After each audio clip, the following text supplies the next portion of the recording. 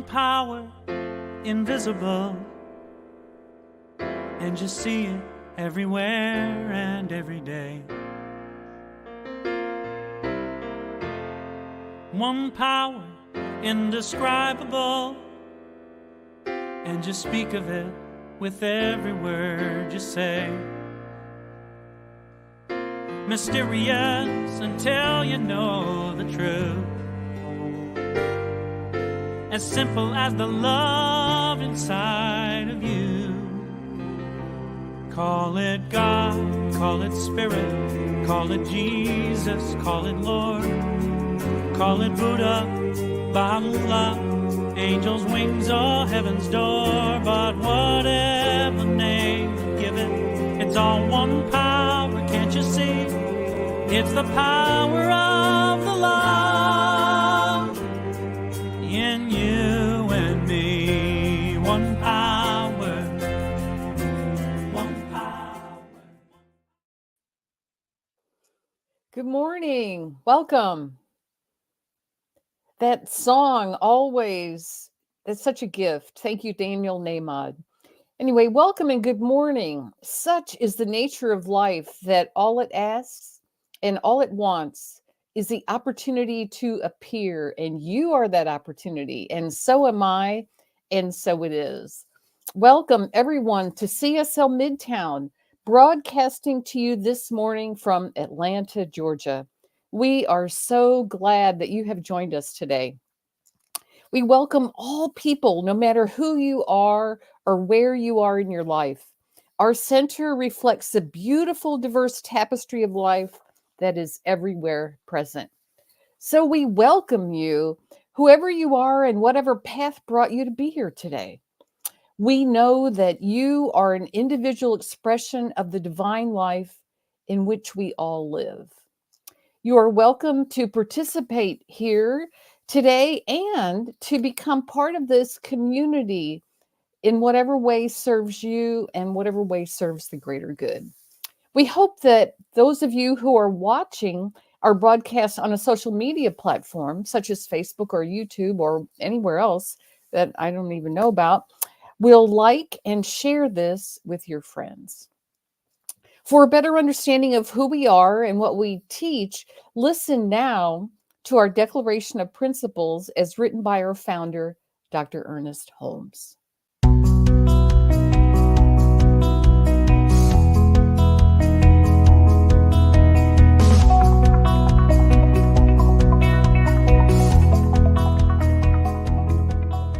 I believe in one God, one absolute power and first cause to all things.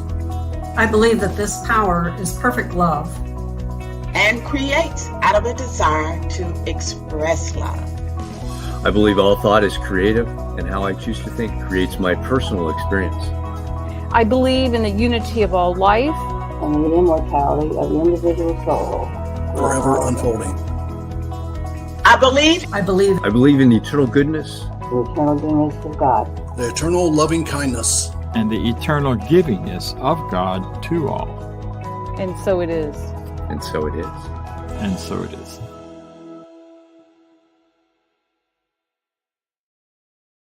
Some of the wonderful practitioners and board members from our center doing that.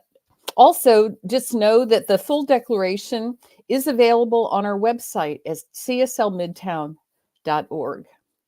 My name is Judy Aehle, and I am the moderator and practitioner for today's service.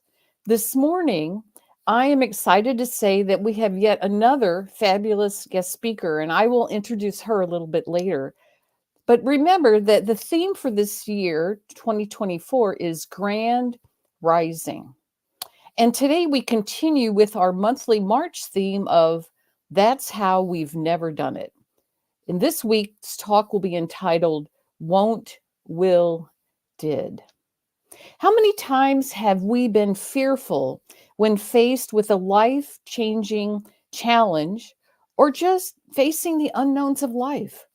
Some of us have been studying this teaching for a fairly long time, and we've gotten to the point where we have awakened up in a deeper way to the truth of ourselves as spiritual, divine human beings. But the big question that looms in my mind is, so what are we going to do about that? Is there something that we need to do about it? Now that we have this deeper awareness of the truth of who we are, what's next? What is the next step?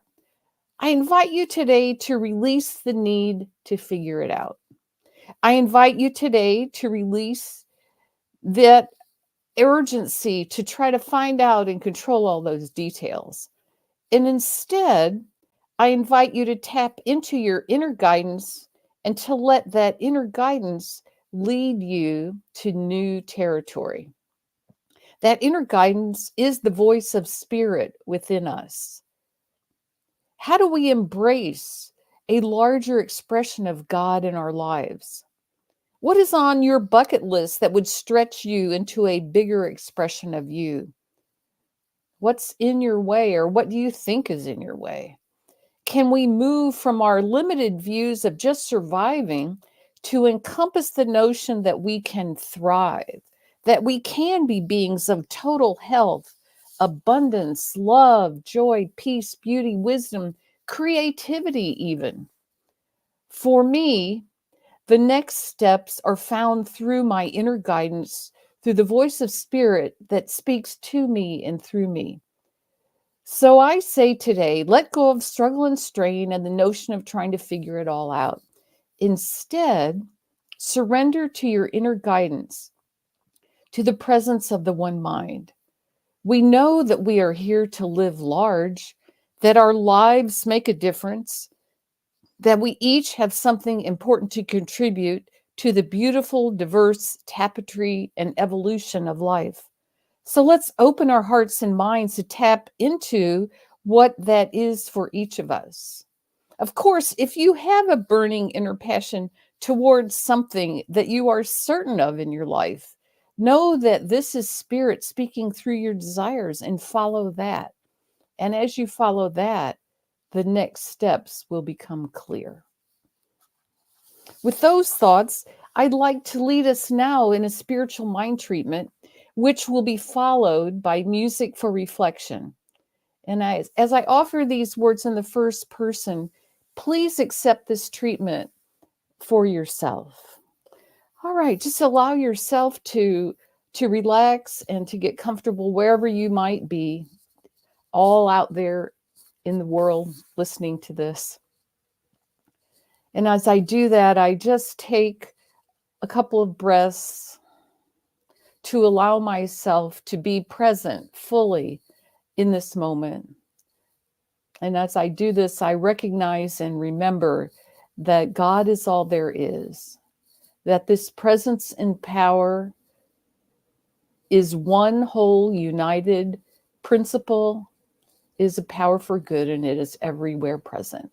In all the things that appear outside of me, every piece of nature, every other person, every situation, every country, every part of the world, and inside myself, that this is all God, that it is one universal, unified presence for good, and that I am never separated from this presence, that I take this moment and this time to allow myself to be aware of the connection that is always there, of the full connection, the complete connection, my complete immersion in this presence and in this power for good. And knowing that this presence and this power is all love, all healing, all creativity, all fabulous new ideas and wonderful things in the world, as I know that this is the truth of this oneness that I am immersed in, I know that I create my experience through my thoughts, through my beliefs, through my expectations. And today I just take time to know that that which I am desiring in my heart to experience, that experience is mine, that this unified unity, oneness, wholeness does not withhold from its creation. It only desires to express through us in greater and grander ways. So today I accept for myself full, total, and complete vibrant health. I allow healing to take place in my body, down at the very minutest cellular, molecular, atomic level, knowing that all is in perfect balance and in perfect ease, and that this is my natural state of being, a state of being that is alive and vibrant and full of energy. I allow this presence and this power and this spirit to speak through me, to guide my thoughts, to allow me to listen to its voice within me, to know the next steps to take in my life towards any particular situation that I may be dealing with, towards any creative project that I am undertaking, and just in my life in general, that the next steps are there for me to understand and to know as I become quiet and listen to the voice of spirit that does express through me and as me in my thoughts, as I take that time to be quiet and to listen. I turn away from any ideas of struggle and strain or lack or limitation, knowing that this is not the truth of me, or of separation, because I know, because I am never separated from this presence, this power, this goodness, this love, this wholeness, that all is well in my life. I know that today's service is absolutely fabulous, and that every person that is listening is absolutely in the right and perfect place and receptivity of mind to hear the words and to hear something that will allow them to experience life in a deeper, fuller, more meaningful way. I am so grateful for being here today, for having this opportunity to hear our speaker, to connect with others in my community and into the world. So I'm so grateful for this. I release this treatment now, knowing that words are powerful, with the great expectation of knowing that all is well. And so I'm so grateful. I release this now, and so it is.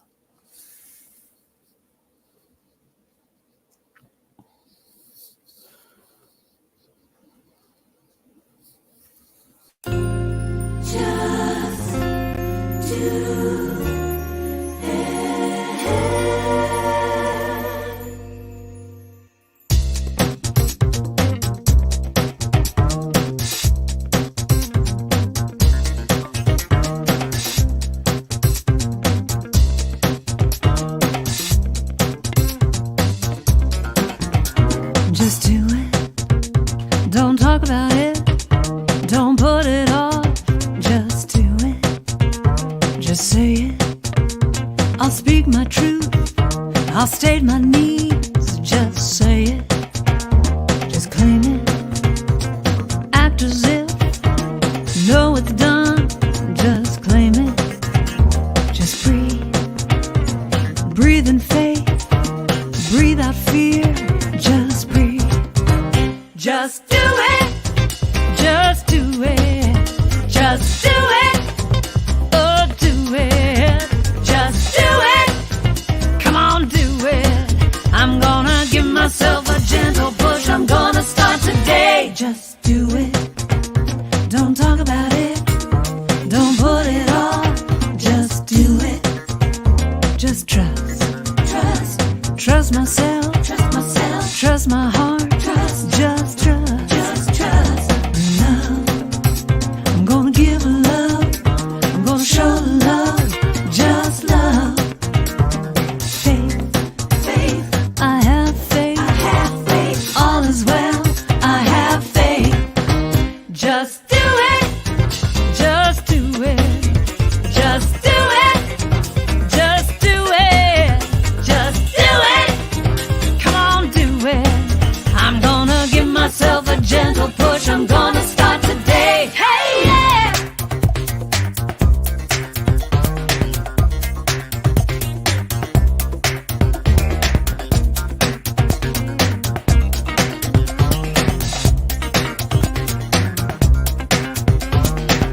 time I criticize and focus on my flaws, I don't realize that I am worthy and capable, and I deserve to have it all. So now's my time to rise and shine, go for the dreams that are in my mind. Take one small step and not be afraid, cause with faith and love, I've got it made.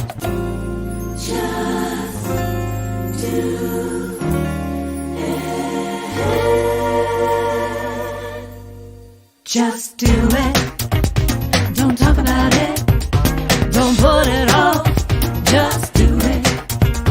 Just do it. Just do it. Whatever I want. I'll start today. Hey, just do it.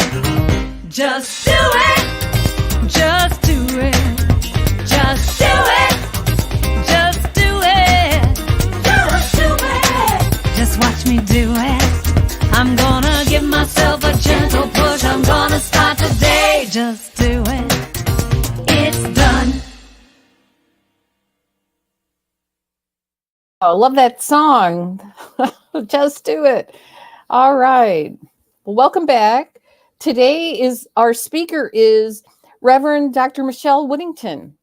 She became an ordained religious science minister in 1998 and served as the senior minister for a religious science church community in Phoenix, Arizona for almost 22 years. She is also a licensed Art of Feminine Presence master teacher. Additionally, she is a certified real love coach as well as a positive intelligence coach. Reverend Dr. Michele left the pulpit ministry in 2018 and began her new ministry as the founder of Unleash Your Life Consulting. In this new role, she is a national speaker.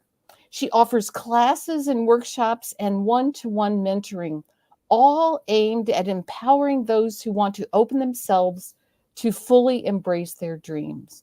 And in 2022, she became the executive director of the affiliated New Thought Network. I hope that you will join us after the service at cslmidtown.org on our Zoom link to meet with Dr. Whittington and just discuss her talk. Please join me in welcoming Reverend Dr. Michele Whittington. Thank you so much for being here today. Thank you so much, Judy. I really appreciate that introduction. That was a lot, but thank you so much. It's really my joy to be here. Thank you for the invitation, CSL Midtown, and everybody who makes this service happen. I just really want to give a shout out because this just doesn't happen automatically. There's a lot of people behind the scenes making sure things go smoothly and work perfectly, and it does. So thank you for making it really easy for me just to pop in here from Phoenix, Arizona, early, by the way, in the morning, and be with you. So I have a question for all of you who are watching and listening, and that is, have you ever been presented with an opportunity, like a big opportunity? Or maybe you have had an idea, a divine idea that is, it's bigger than you've ever done before. And rather than say, oh, yay, you say, no way, I can't do that. It's too much. It's too big. It's too scary. I don't know how. All those things that come up. I suspect we've all had that. I suspect we've all had that. So if I were in a room with you and I could see you, I would say, raise your hand if that's happened. But I'm going to ask you to raise your hand anyway, even though I can't see you. I know that there are hands being raised if that's happened for all of us. But then maybe if that has happened for you, you start to think about it more. It actually won't leave you alone. This idea or this opportunity won't leave you alone. It just keeps nagging at you like, you really... This would be a good thing for you. This is where you want to go. This would be life transforming. It just won't leave you alone. So you give it more thought. Maybe you pray about it. I hope you pray about it. That's always a good thing, to pray about it. You journal about it. You talk to every friend you know in the world about it. And you start to realize that, yes, maybe I should do this. And your should turns to, I will do this. All right, I will face my fear. Thank you, by the way, Judy, for that beautiful opening reading. Perfect for today. I will face my fear. And as Karen Drucker sang about, just do it. So you start moving forward to do this thing. And then all these roadblocks hit. challenges, issues, and you start thinking, well, I thought I was supposed to do this, but maybe I'm not. Maybe Spirit's got another idea for me. And then you go through that journey, and ultimately you either do or you don't do the thing. Well, this morning, I want to tell you about an experience that I had that was went from won't to will to obstacles to did. And more importantly than telling you my story, what really is important is what happened for me in the deepening into my spirituality, in the ability to remember what I know, but sometimes forget, and the ability to practice these beautiful teachings that we have in science of mind, in religious science, in New Thought, that help us navigate life. So I'm going to tell you my story, and hopefully that's okay with you. And within that story, you're going to learn a number of, or you're going to be reminded, probably, because you probably already know them, going to be reminded of a number of spiritual lessons. So here we go. First of all, my won't. I want to tell you about my big won't. Last October, I was invited to a leadership retreat in Ahmedabad, India. And it was a leadership retreat called the Gandhi 3.0 Leadership Retreat. So it was based on Gandhian leadership principles. And there were 40 leaders from around the world who were being personally invited to this event. And I was humbled by the invitation. I was honored to be considered for this. And to be 100% frank and honest with you, I was terrified at the prospect of going. Going to India has never been on my bucket list. I know there are many people who go and, they find a spiritual awakening there, but frankly, India scared me. Too chaotic, too difficult, too challenging, too scary. And frankly, the thought of traveling halfway across the world by myself, even though I'm a pretty independent person, that also didn't ring my chimes. So despite being honored, I had an internal no. I just, no, I can't do that. But I have to admit, I didn't say no to the person who invited me. I said what sometimes we will say as a little bit of a stalling tactic. And so just tell me in the chat or talk to me later when we come back after this time and have a conversation together. If you've ever used this stalling technique, which is, let me pray on that. So I said, let me pray on that. Now, the good news is I actually did pray on it, right? I did pray on it. I did journal about it. I did think about it. And I did something really powerful for me. I asked a question that I know to ask. And the question was, what gifts and opportunities are being presented here? And I did that in a prayerful, meditative state. What gifts and opportunities are being presented to me here? And when I asked that question, I got what I like to say, a full body yes. It was a yes, actually in the form of a thought, which was, this is going to be life transforming for you, Michele. And you cannot not say yes. So my first spiritual deepening here, my first practice, my first offering to you is that if you're facing something that's been presented to you or it's come from within you that you scares you, but it won't let you go, ask that question. What gifts and opportunities are being presented here? Because here's what I know. Within every single one of us, there is the answer, because the divine lives in us. And so there is a divine answer to that question, but we have to ask it in order to get the answer. And I love this quote from Ralph Waldo Trine, fooled you, not Emerson, in his book, In Tune with the Infinite. Ralph Waldo Trine is considered one of the fathers, one of the many fathers, founders, if you will, people who began the New Thought movement. So in his book, In Tune with the Infinite, he wrote, there is an inner spirit or guide that rules and regulates our lives when we are brought into that state or condition whereby it can make itself known. That question, what gifts and opportunities are being presented for me here, puts us in the state or condition to let spirit guidance be known in us. So that's what I did. I asked that question. I got a full body yes. Now here's the deal. Even if you get a full body yes to something and you know you're going to move forward on it, it does not mean there won't be fear. Darn it. I wish it did. I wish that meant we wouldn't be afraid, but it doesn't mean that. And I learned that great lesson when I walked on fire with Edwene Gaines. Some of you probably know her. She's a beautiful spiritual teacher on prosperity. And she had a retreat center in Midtown, Alabama. And I went there for a retreat and it culminated with a fire walk. And I was 100% guided to walk on fire. And I was equally terrified to do it. And Edwene gave us some advice that is my second principle for us this morning, and a principle that I followed in this journey. Now I've gotten a yes, I'm going to go, but I'm still scared. When I was standing at the threshold of walking on fire, Edwene said, here's how you're going to do this. You're going to take a breath. You're going to expect the best, and you're going to take the first step.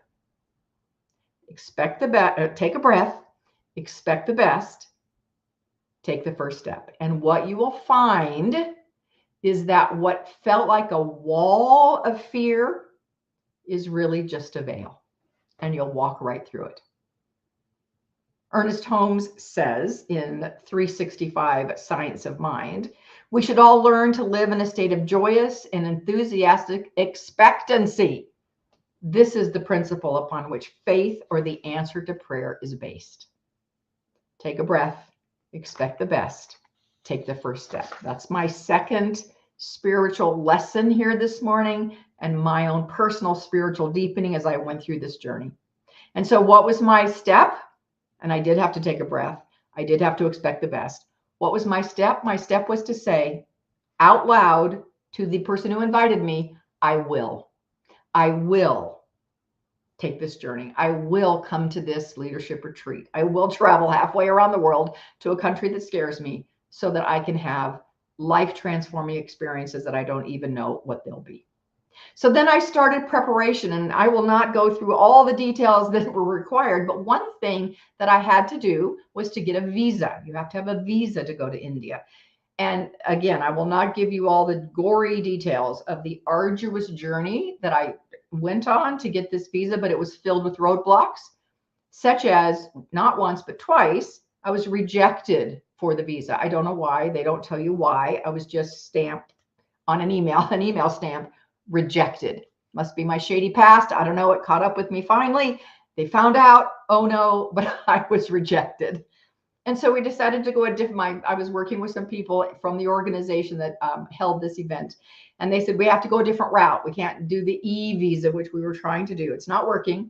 So you need to apply to the consulate, the Indian consulate, and there's one in San Francisco. I didn't have to physically go there. I'm in Phoenix. I didn't have to physically go there, but I had to fill out a whole new application, a whole new process, lots more information.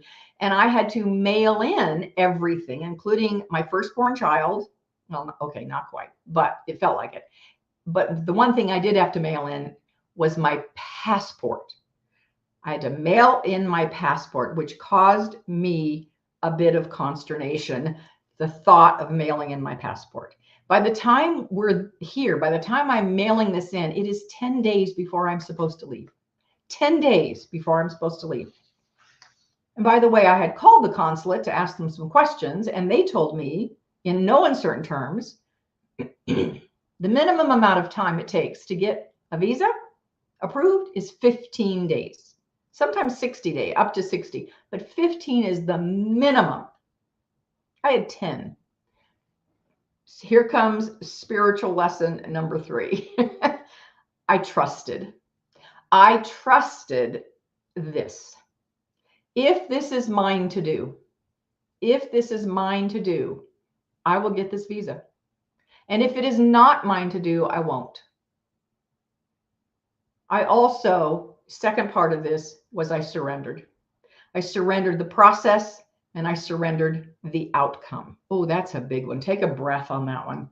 How often do we not trust? Do we not surrender? We have to, as the reading said this morning at Judy's reading, it was so perfect. We want to control things. We want to control the outcome. We want to control how it happens. Trust and surrender.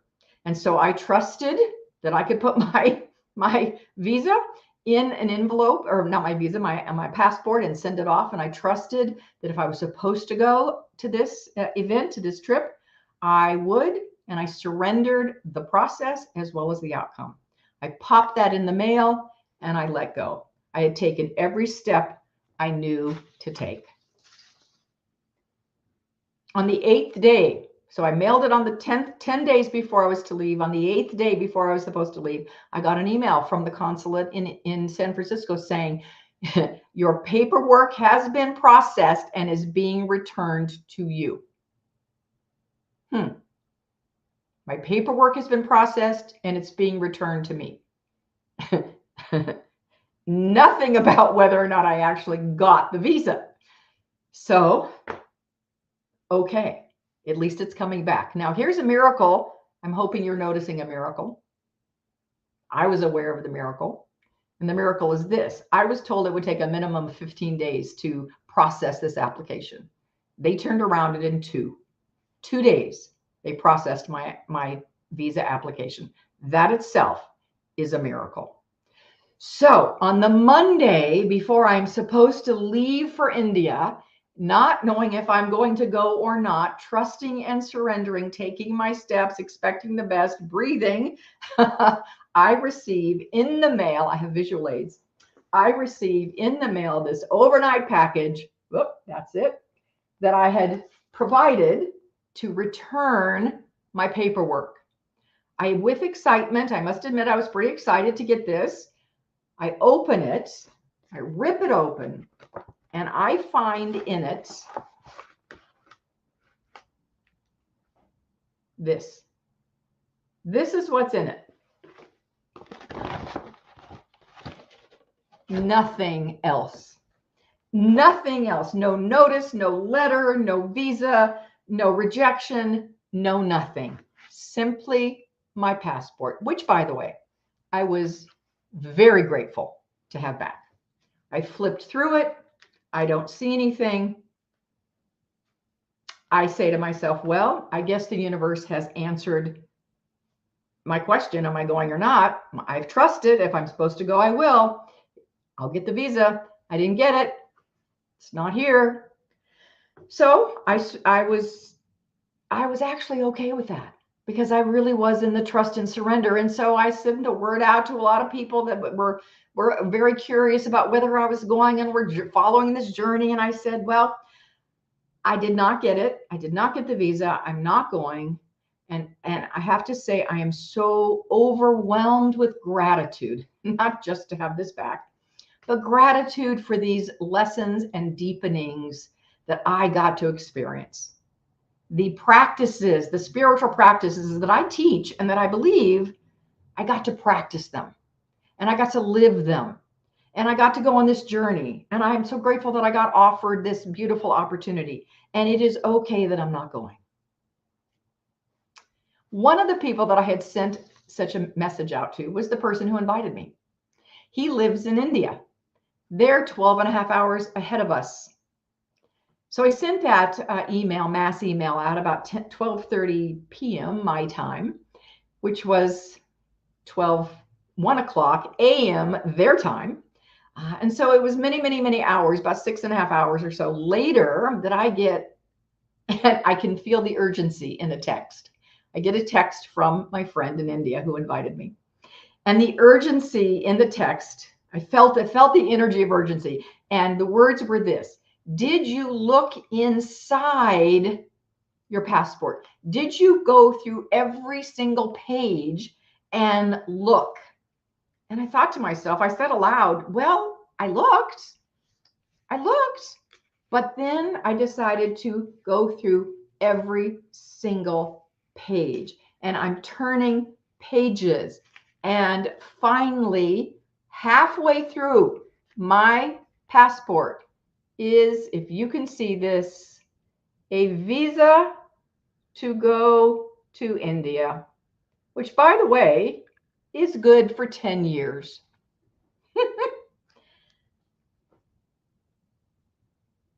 Right in the middle, here it was. So I want to add a fifth spiritual lesson, spiritual learning. And the fifth one is be willing to look beyond what you think you see. Because the miracle might just be hiding in plain sight. So my won't, to my will, to my I'm not sure, to my I can't, to my I did happened. Because I did go to India.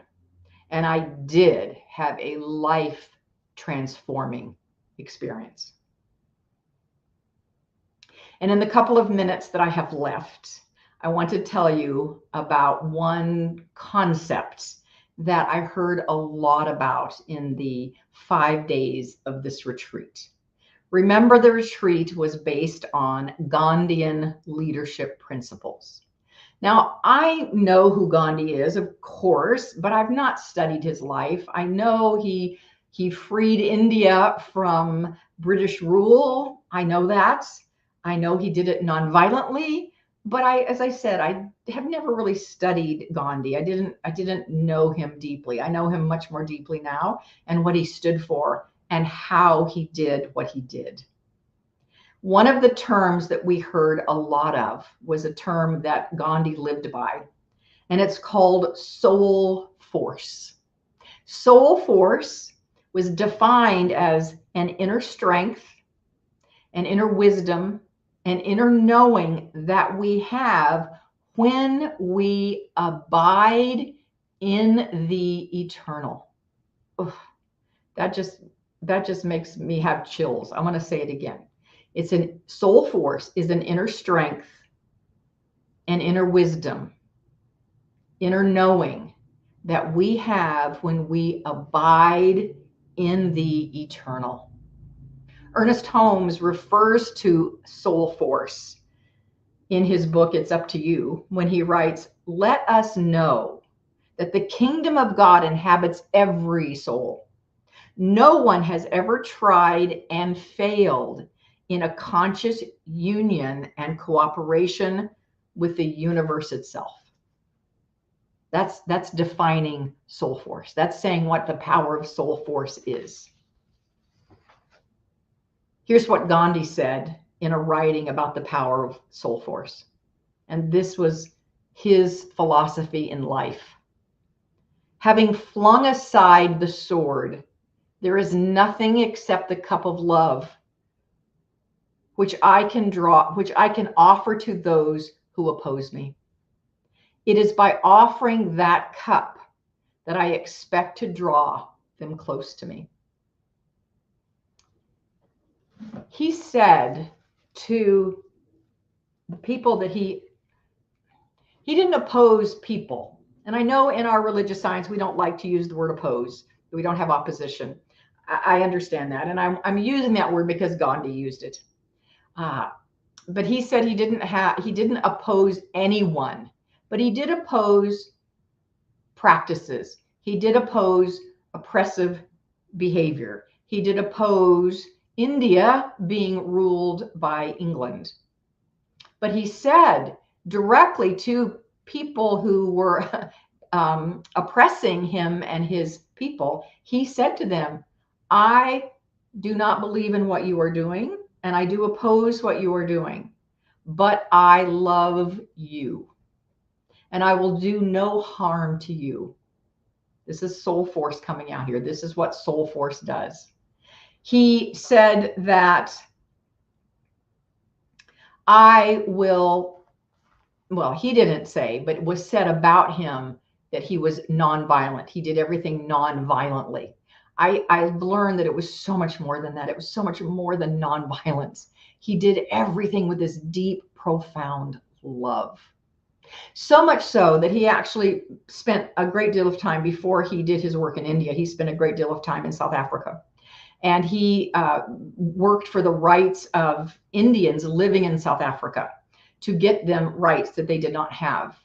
And he did it with love, nothing but love, never any violence, never physical, never anything like that, just love.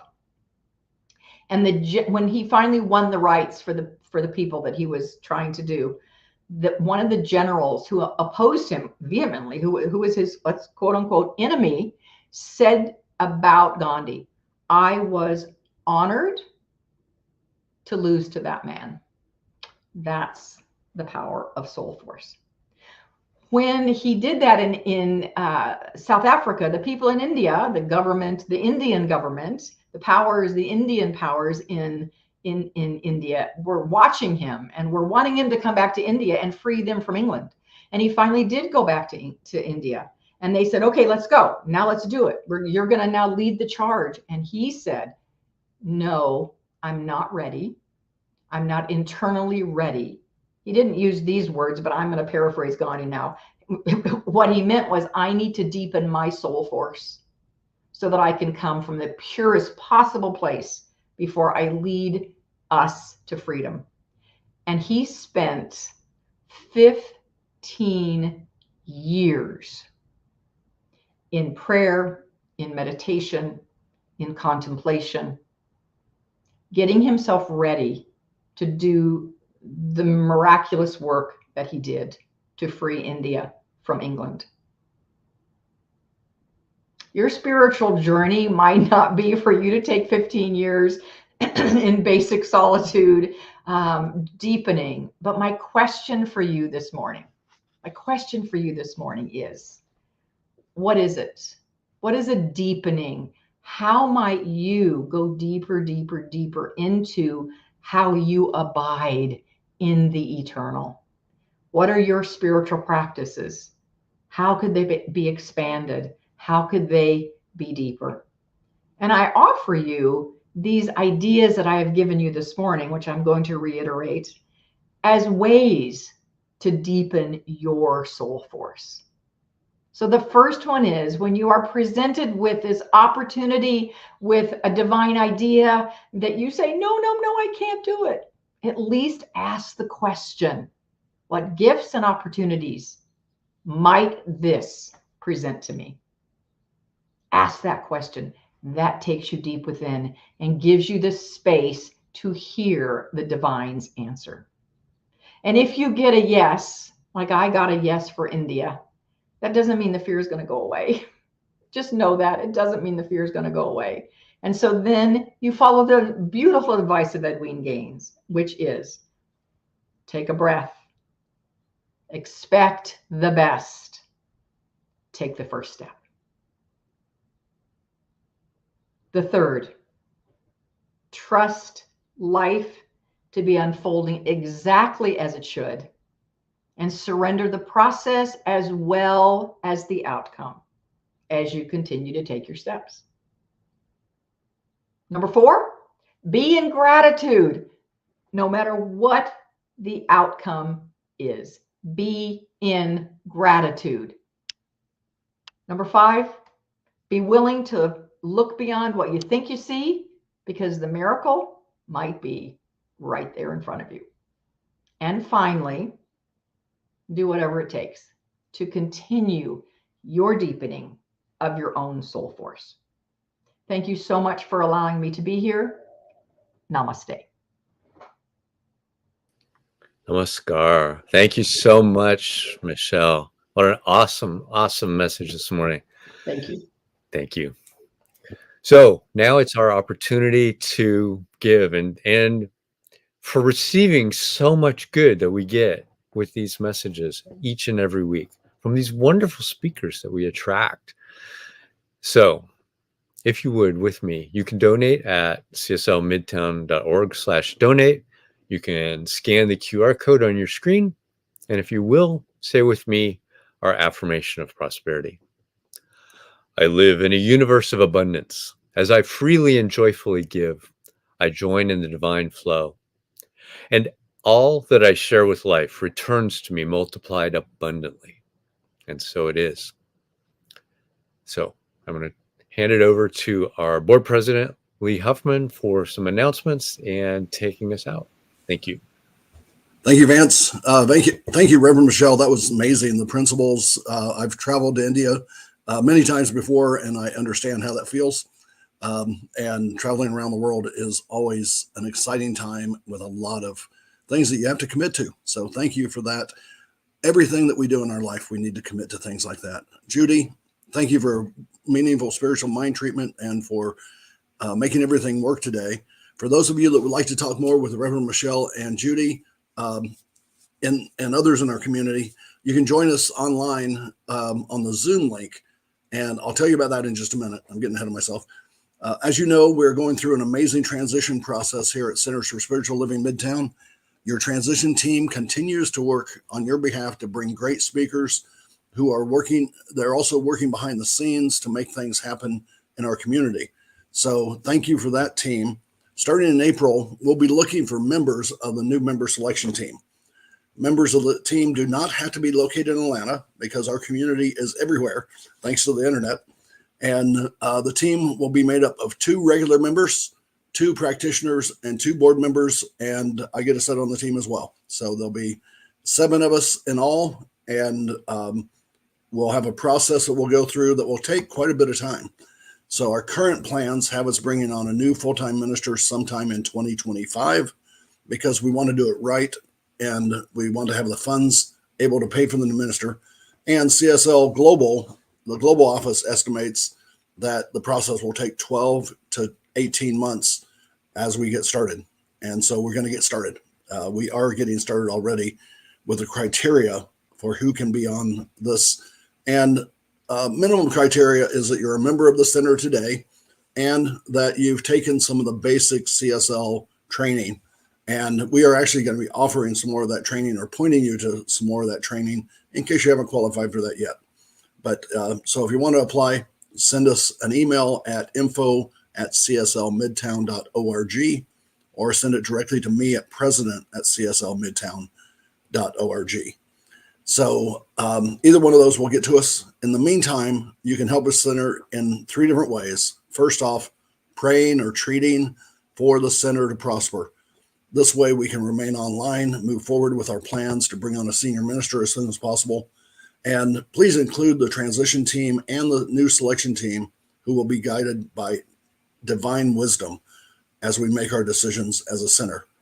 Second, we need increased giving. As Vance spoke about, we want to get a steady increase in giving of $2,500 per month. It's not a lot. That way we can be sure that we won't run into situations where we can't do some of the ministries, and we can actually do more ministries if we get up to $5,000 a month consistently through those of you that are sustaining us. Those of you that are already sustaining members, thank you very much for what you give. If you can give more, great. And if not, then we understand. Please enjoy what we have to offer you because the universe continues to give to all of us. Third, invite your friends. As Judy said at the beginning of the service, please, on Facebook, like our messages and on YouTube as well, and then repost the services each week so that we get more and more people coming because we like to share this message out with everyone.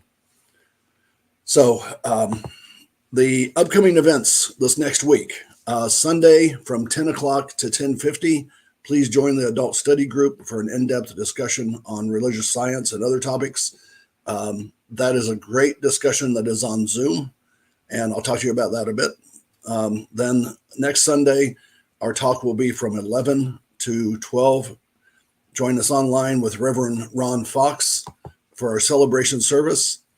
We'll be continuing our focus on the month, and we will talk about the theme of surrendering into a new life.